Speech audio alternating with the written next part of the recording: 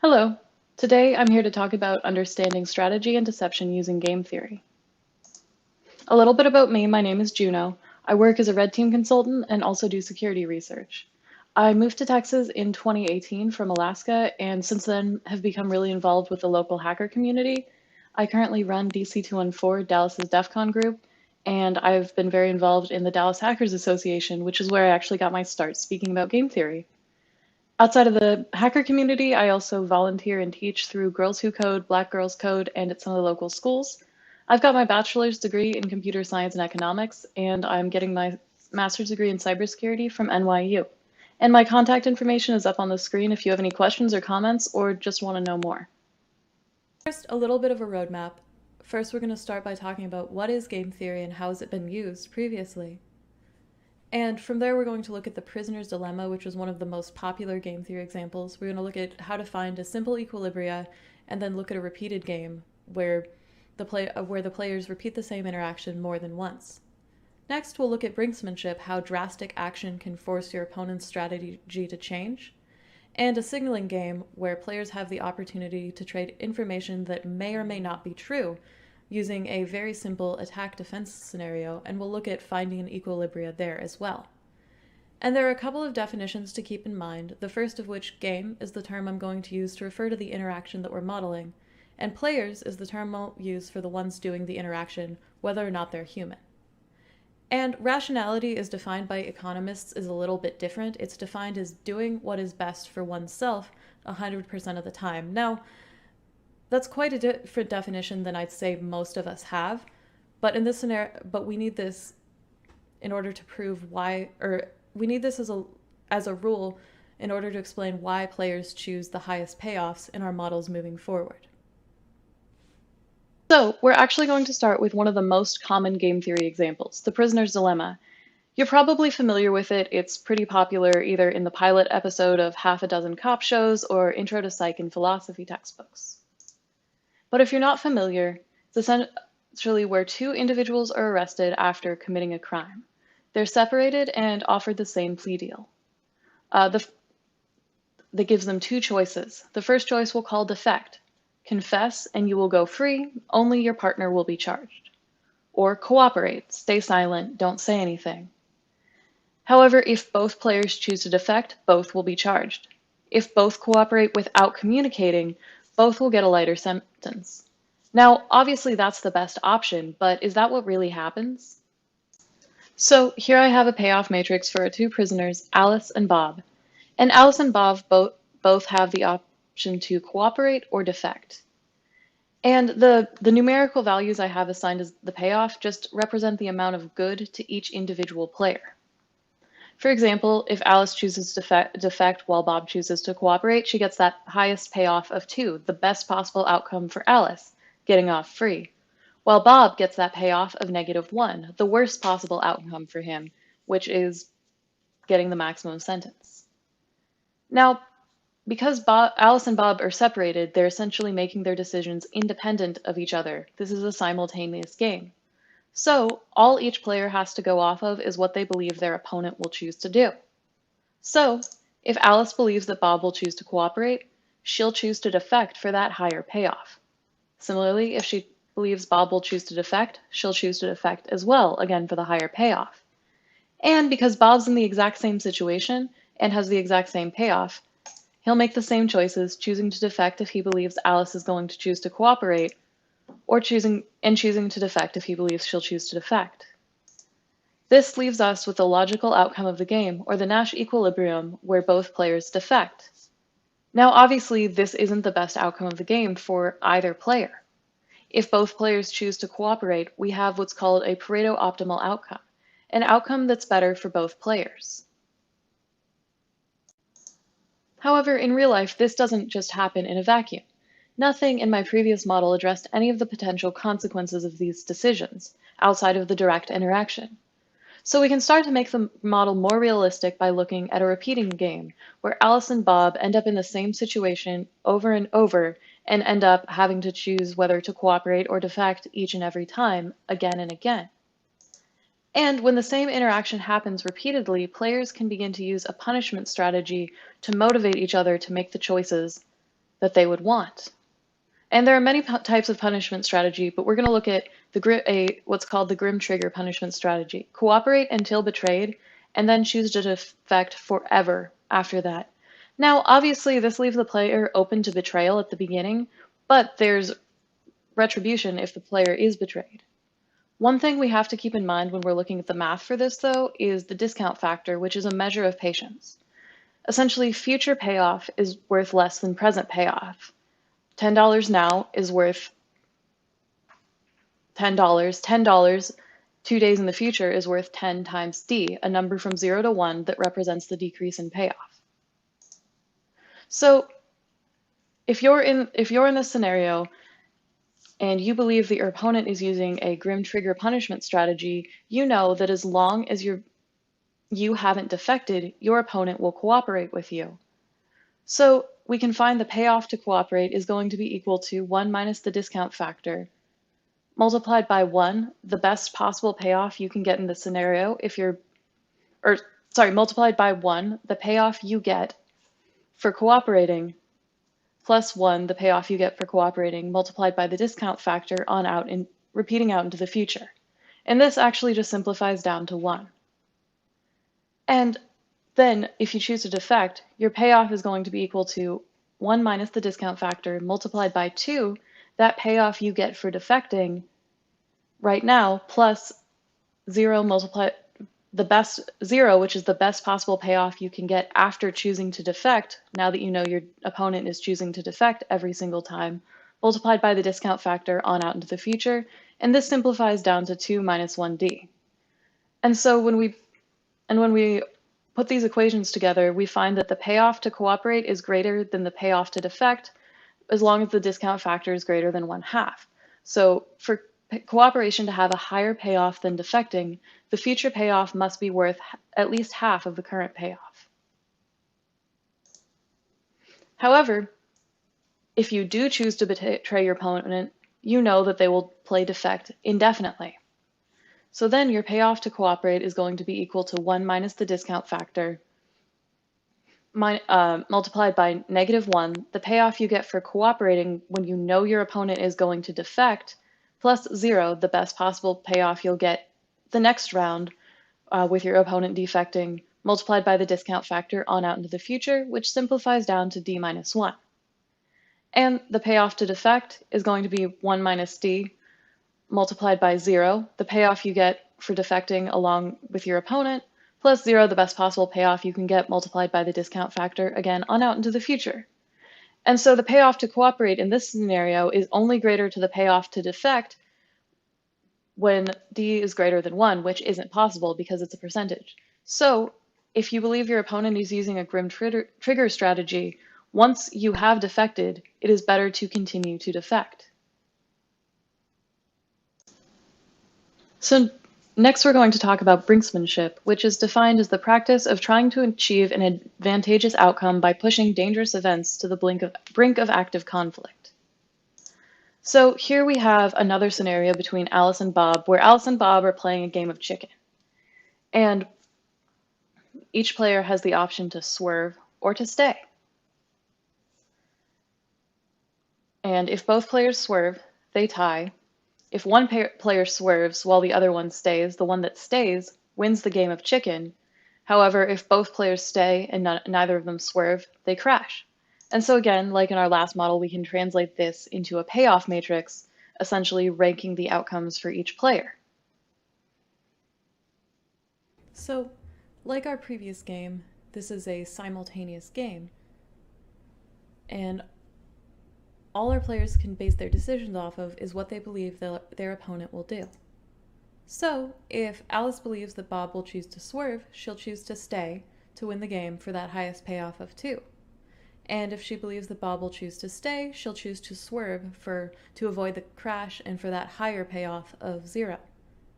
And Bob is in the same situation and has the same payoffs, choosing to stay if he believes Alice will swerve, and swerve if she stays. So our two Nash equilibriums are where Alice stays and Bob swerves, and Alice swerves and Bob stays.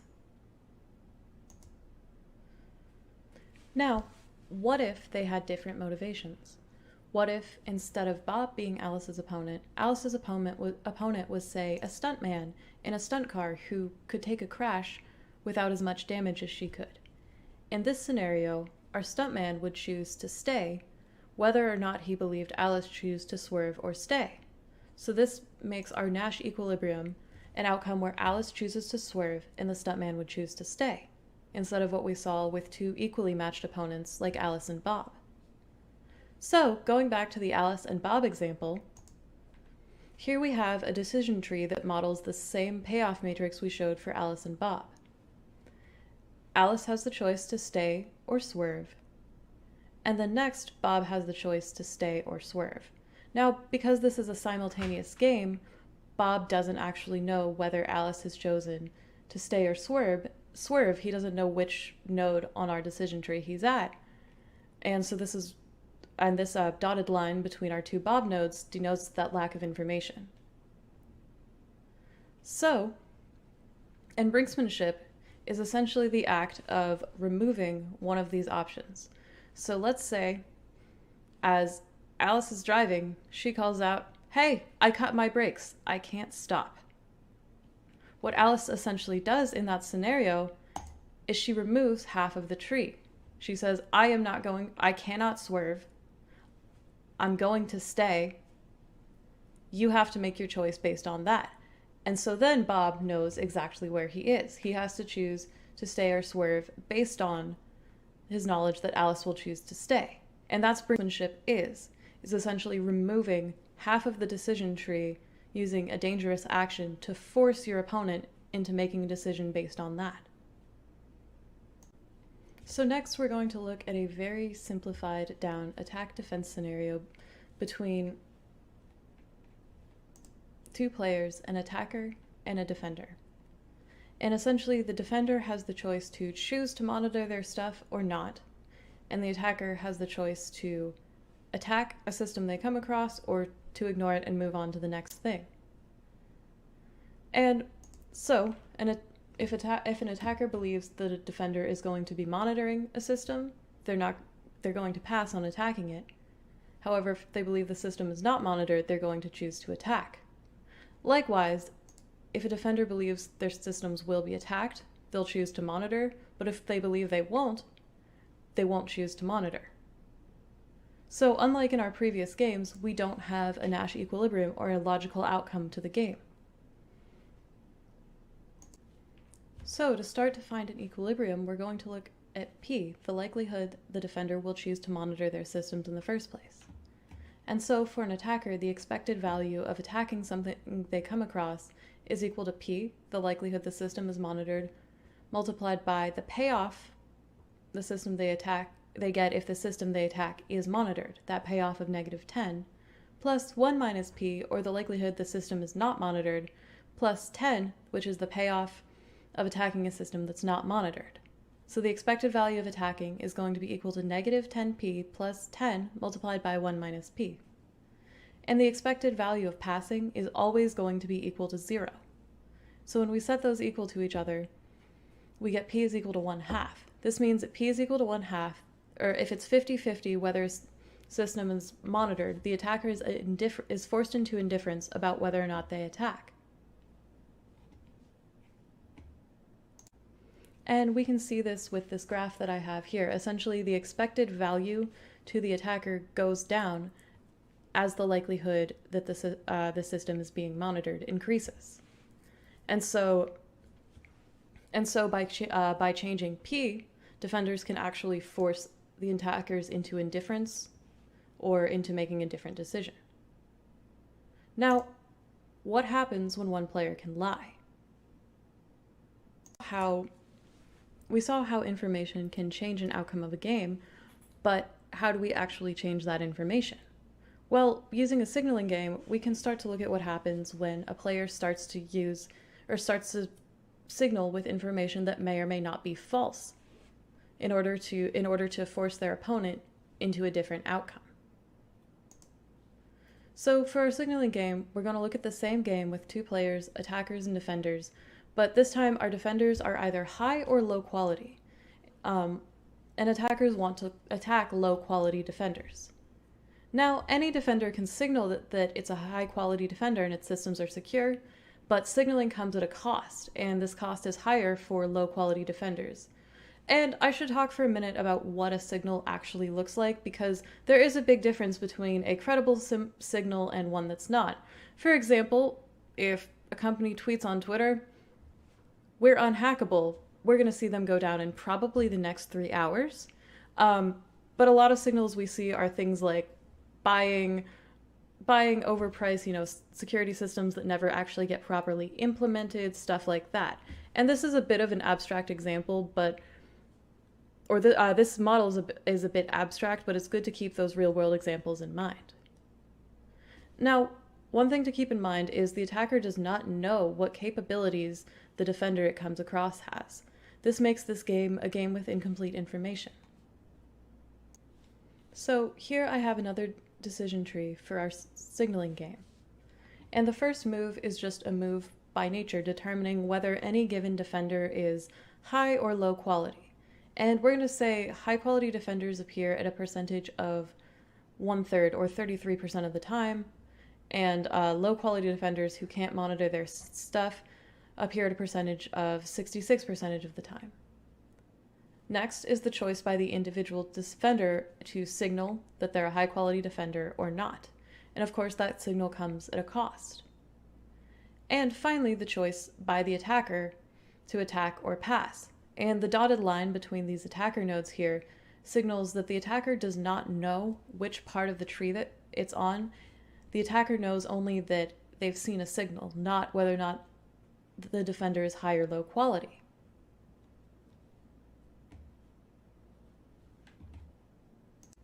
So first, we're going to look for a separating equilibria where different players do different things. So we're going to say if a defender is high quality, they'll choose to signal, and if a defender is low quality, they'll choose not to signal. In this scenario, if an attacker sees a signal, they'll choose to pass, knowing that high quality defenders are signaling 100% of the time. And if they see no signal, they'll choose to attack, knowing that low quality defenders are not signaling 100% of the time. Now, this equilibria actually fails because if we see our low quality defenders are choosing not to signal and are getting attacked for that payoff of -10.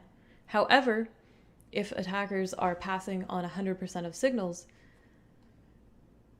it's worth it for low quality defenders to choose to pay to signal for that payoff of 10 instead. And so this separating equilibria doesn't work. So next, we're going to look for a pooling equilibrium where all defenders choose to signal. So if all defenders are signaling, attackers are going to attack X% of the time based on the probability the signal is coming from a high or low quality defender. And the probability of the signal coming from a high quality defender is 1/3, the rate at which they appear, based on nature, and the probability of signals coming from a low quality defender is going to be equal to 2/3, based on the rate they appear in nature. So, if attackers attack X%, and the payoff for attacking a high quality defender is -10, the payoff for attacking a low quality defender is 10.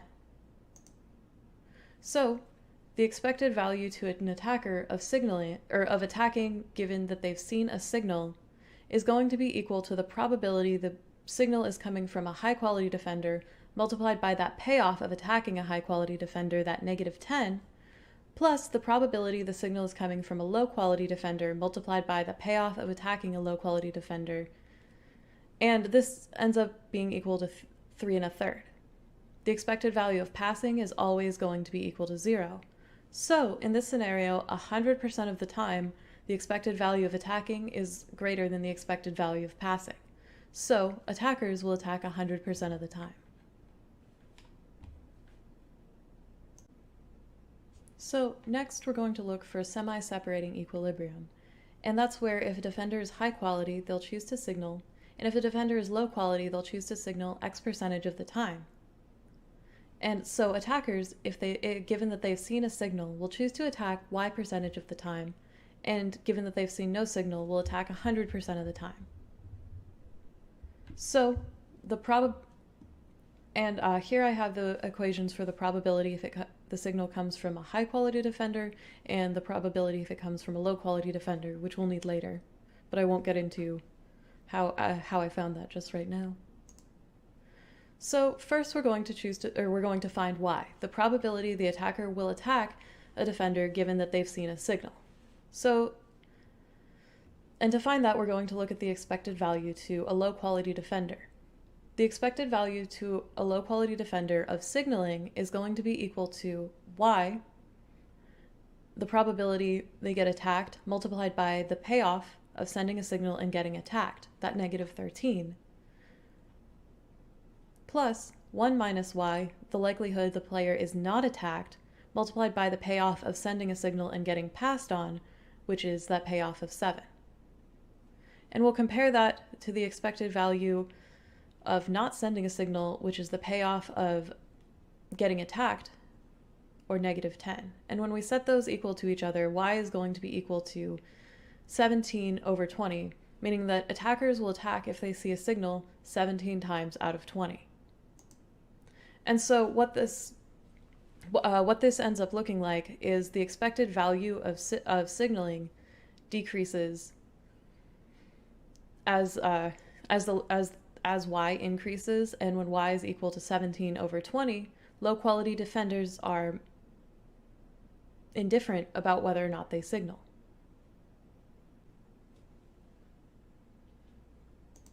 And so from there, we're going to do the same thing to find x, the probability a defender with a low quality defender will signal that they're high quality.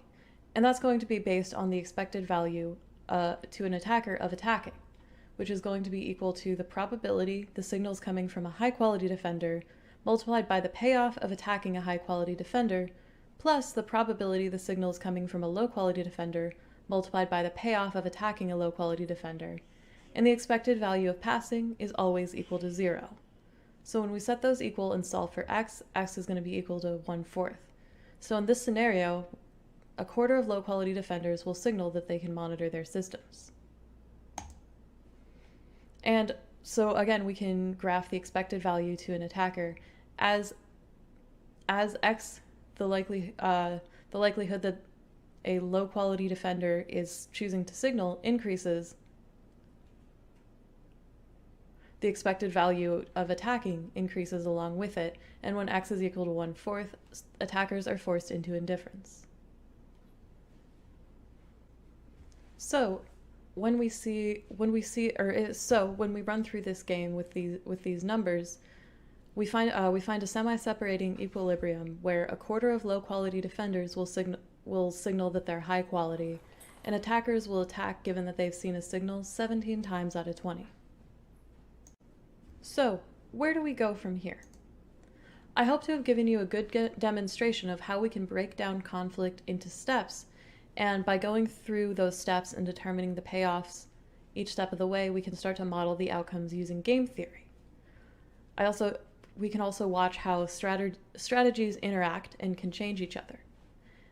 And I want you to think about, where do you see some examples of some of these similar strategies being used on a regular basis? What do you think you can start to apply this to? Now, obviously, there are some limitations. I'd say one of the biggest limitations of game theory is determining payoffs and motivation in a realistic fashion. The numbers I used in these examples were just that, examples to make the math come out, relatively nicely. However, when determining payoffs, I often try to look at it as essentially ranking the outcomes for each of the players, or and from that doing the amount of net positive or negative, but there are a lot of different ways. And it's often hard when with some of these more complex games, when there are motivations you potentially may not have been able to account for.